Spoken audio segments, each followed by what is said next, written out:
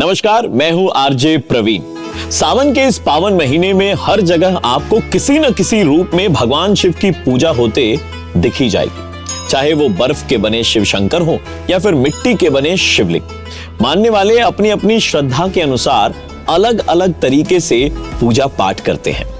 तो इस महीने जैसा कि हम भगवान शंकर के अलग अलग ज्योतिर्लिंगों की बात कर रहे हैं, तो आज बारी है उस जगह की जिसके बारे में कहा जाता है कि इसे भगवान राम और माता सीता ने खुद अपने हाथों से बनाया था। हिंदू धर्म से जुड़े 4 धाम में से एक रामेश्वरम ज्योतिर्लिंग, जो तमिलनाडु के रामनाथपुरम जिले में है।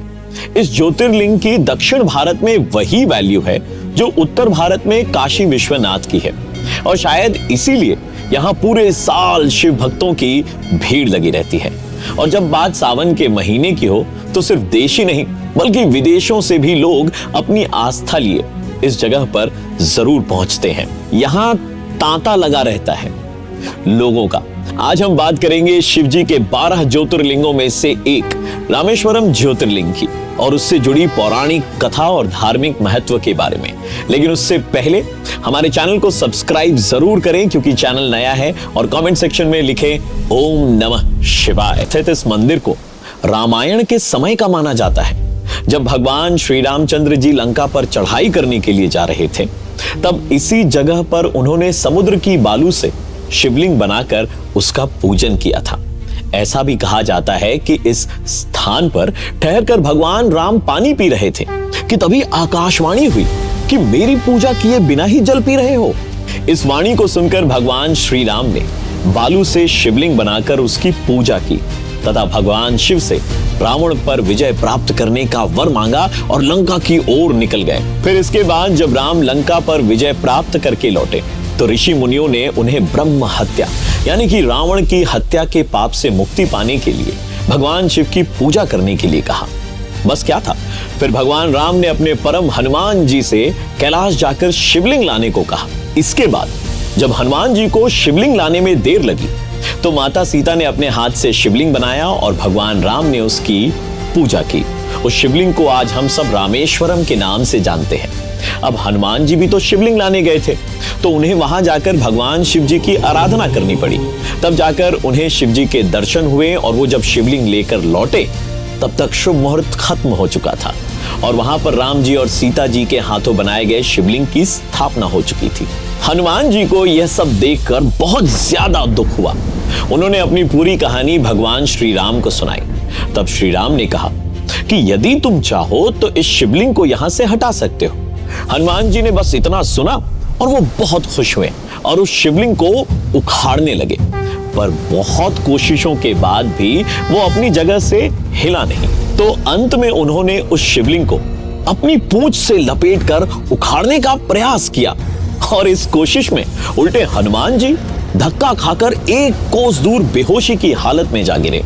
उनके शरीर से खून बहने लगा। यह देखकर वहां जितने भी लोग थे सब परेशान हो गए। जब वो होश में आए तब श्री राम ने उन्हें भगवान शिव की महिमा के बारे में बताया और उसके बाद हनुमान जी जिस शिवलिंग को लेकर आए थे उसे भी वहीं स्थापित किया गया, जिसे आज हनुमदीश्वर के नाम से हम सब जानते हैं। यही वजह है कि यहां की गई पूजा से शिवजी के साथ साथ प्रभु श्री राम भी प्रसन्न होते हैं। वर्तमान रामेश्वरम मंदिर के निर्माण की अगर हम बात करें तो करीबन 350 साल पहले इसे किया गया था। यहाँ की शिल्पकला बहुत ही सुंदर है। रामेश्वरम मंदिर की बनावट इतनी आकर्षक और निराली है कि इसे देखने वाला भाई देखते ही रह जाता है। पूरा मंदिर तकरीबन 15 एकड़ के क्षेत्र में है, जिसके चारों ओर पत्थर की मजबूत दीवारें हैं। इस मंदिर का प्रवेश द्वार 40 मीटर ऊंचा और भव्य है। यह मंदिर अपने गलियारे के लिए भी जाना जाता है। गलियारे में 108 शिवलिंग और गणपति के दर्शन होते हैं। गलियारे की नक्काशी तो ऐसी है कि देखने से लगता है जैसे कुछ डिवाइन अनुभव आपको वहीं प्राप्त हो रहा हो। कहा जाता है कि रामेश्वरम मंदिर को बनाने के लिए पत्थरों को नाव के द्वारा श्रीलंका से लाया गया था। अब यह बात जानकर आपको आश्चर्य होगा कि रामेश्वरम मंदिर के अंदर 24 कुएं हैं। लोग इन कुओं को पावन तीर्थ के समान पूजते हैं और इसके जल से स्नान करते हैं। इन कुओं को लेकर भी ये मान्यता है कि इन्हें भगवान श्री राम ने अपने बाण से बनाया था। इसलिए इन पवित्र कुओं के पानी से नहाने मात्र से ही लोगों के सारे पाप कट जाते हैं। अच्छा, ये तो आपने सुना ही होगा कि यहां भगवान राम ने लंका पर चढ़ाई करने से पहले राम सेतु का निर्माण किया था, जिस पर चढ़कर वानर सेना लंका पहुंची और यहां पर विजय प्राप्त की। और भगवान राम ने विभीषण के कहने पर धनुषकोटि नामक स्थान पर इस सेतु को तोड़ दिया था। पर आज भी 30 मील लंबी सेतु के अवशेष देखने को मिलते हैं और यहीं कई ऐसे पत्थर भी मिलते हैं जो पानी में डूबने की बजाय तैरते हैं, जो किसी चमत्कार से कम नहीं है। अब रामेश्वरम मंदिर के परिसर की बात करें तो वहां धनुषकोटि, चक्र तीर्थ, शिव तीर्थ, अगस्त्य तीर्थ, गंगा तीर्थ, यमुना तीर्थ जैसे कुल 24 तीर्थ हैं। इन सभी तीर्थों के दर्शन करने के बाद ही रामेश्वरम ज्योतिर्लिंग पर जल चढ़ाने का महत्व है। शिवलिंग पर सिर्फ गंगा जल चढ़ाने की परंपरा है। इसके लिए उत्तराखंड के हरिद्वार से जल को लाया जाता है। यहां की मान्यता के अनुसार सागर में स्नान कर ज्योतिर्लिंग पर गंगा जल चढ़ाने का बहुत ज्यादा महत्व है।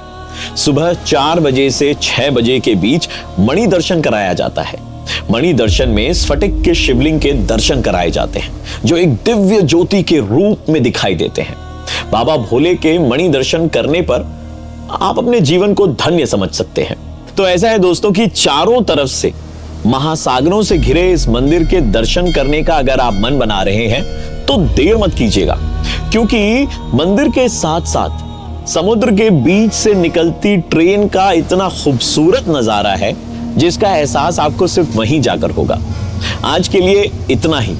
ऐसी ही एक नई और आस्था से जुड़ी कहानी के साथ मैं आरजे प्रवीण जल्द मिलूंगा आपसे हमारे इसी चैनल पर, जिसका नाम है एक कहानी। ये कहानी कैसी लगी आपको कमेंट सेक्शन में लिखकर हमें जरूर बताइएगा। तब तक के लिए नमस्कार।